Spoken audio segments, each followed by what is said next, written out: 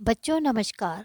मैं नीतू लंबा हिंदी एवं संस्कृत स्टडी चैनल में आप सभी बच्चों का हार्दिक स्वागत है। बच्चों, आज के इस वीडियो में हम देखने वाले हैं कक्षा 8 विशेष संस्कृत भारती से सप्तम पाठ सुभाषितानि यानी सुंदर वचन।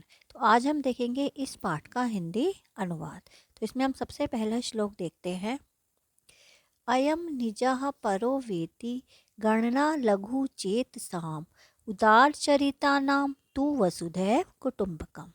अयम मतलब यह है, निजा अपना, पर पराया, वेति गणना लघु चेतसाम गणना यानी विचार या गिनती करना, लघु चेतसाम छोटे हृदय वाले। तो यह अपना है या पराया है, ऐसा छोटे हृदय वाले ही गणना विचार करते हैं। उदार चरितानाम तु वसुधैव कुटुंबकम। उदार चरित्र वालों के लिए, जिनका चित्त उदार होता है, तो उदार मन वालों के लिए तो संपूर्ण पृथ्वी ही वसुधैव, संपूर्ण पृथ्वी ही कुटुंबकम परिवार ही है। एक बार और देखिए, यह अपना है या पराया है, ऐसा छोटे चित्त वाले ही विचार करते हैं। उदार हृदय वालों के लिए तो संपूर्ण पृथ्वी ही परिवार है। अब दूसरा श्लोक देखिएगा। सर्वं परवंशम दुखम सर्वं आत्मवशम सुखम एतत् विद्यात् समासेन लक्षणम सुख दुख्यो। सर्व परवंशम सब प्रकार से दूसरों के वश में होना दुख है।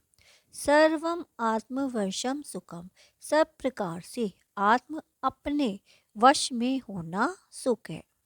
एतत् विद्यात् इस प्रकार विद्यात् जानने चाहिए, समासेन संक्षेप में, लक्षण सुख दुख दोनों के। तो अब पूरा अर्थ देखिएगा। सब प्रकार से दूसरों के वश में होना दुख है, अपने वश में होना सुख है। संक्षेप में, इस तरह सुख दुख दोनों के लक्षण जानने चाहिए। अब तीसरा श्लोक देखिएगा। वृथा वृष्टि समुद्रेषु वृथा तृप्तस्य भोजनम वृथा दानम समर्थस्य वृथा दीपो दिवापि च। अब देखिएगा, वृथा व्यर्थ, वृष्टि वर्षा, समुद्रेषु समुद्रों में, तो समुद्र में वर्षा व्यर्थ है। वृथा तृप्तस्य भोजनम संतुष्ट को भोजन व्यर्थ है, यानी तृप्त को भोजन व्यर्थ है।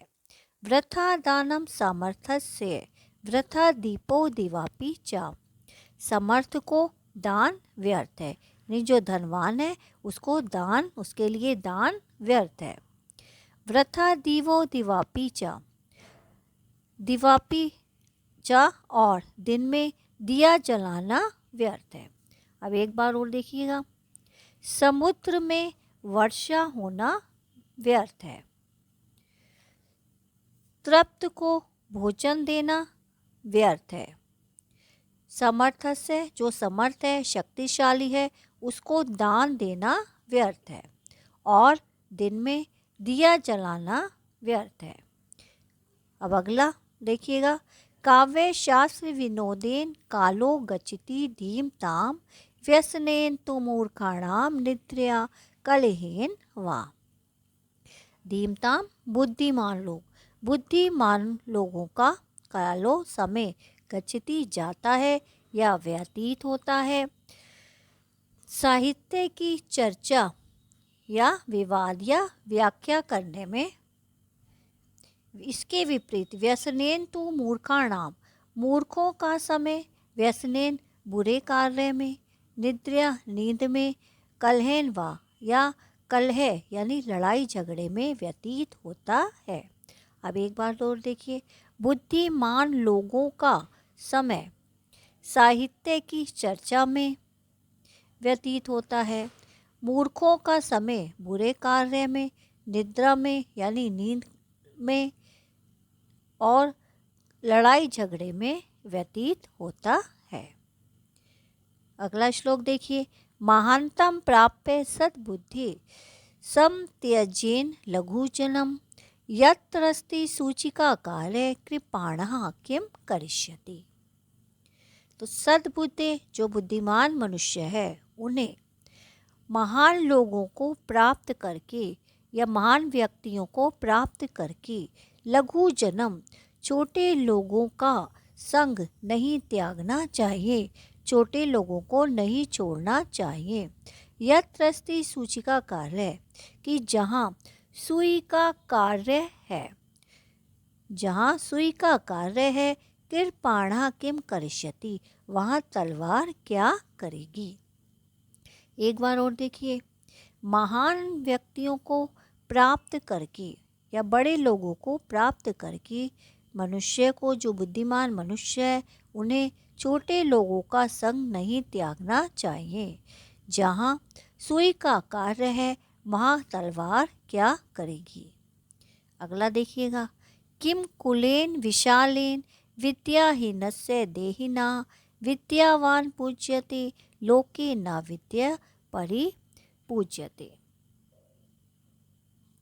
देखिएगा, जीव के देहिना, जीव के या प्राणी के, विद्याहीनस्य विद्याहीन होने से, कुलेन विशालेन बड़े कुल का होने पर भी कोई लाभ नहीं, विद्यावान पूज्यते लोके न विद्या परिपूज्यते। विद्वान की, जो मनुष्य विद्वान है, बुद्धिमान है, विद्वान की संसार में पूजा होती है, विद्याहीन की पूजा नहीं। एक बार और देखिए, जीव के विद्याहीन होने से बड़े कुल का होने पर भी कोई लाभ नहीं, विद्वान की संसार में पूजा होती है, विद्याहीन की नहीं होती। अब अंतिम श्लोक देखिए, वेशेन वपुषा वाचा विद्या विनयेन च वकारे पंच अभियुक्तो नरो भवति पूजिता। वेशेन अच्छे वेश, वपुष अर्थात शरीर, वाचा वाणी या मधुर वाणी, विद्या च और विनय, इन पांचों पंच अभियुक्ता, इन पांचों वकारों से युक्त मनुष्य की पूजा होती है। वो अच्छे वेश, शरीर, वाणी, विद्या और विनम्रता, इन 5 वकारों से युक्त मनुष्य की पूजा होती है। बच्चों, ये था इस पाठ का हिंदी अनुवाद। तो उम्मीद करती हूँ वीडियो आपको अच्छी लगेगी। ये वीडियो मैं यहीं समाप्त करती हूँ। अगली वीडियो में हम जल्दी मिलेंगे। तब तक के लिए नमस्कार।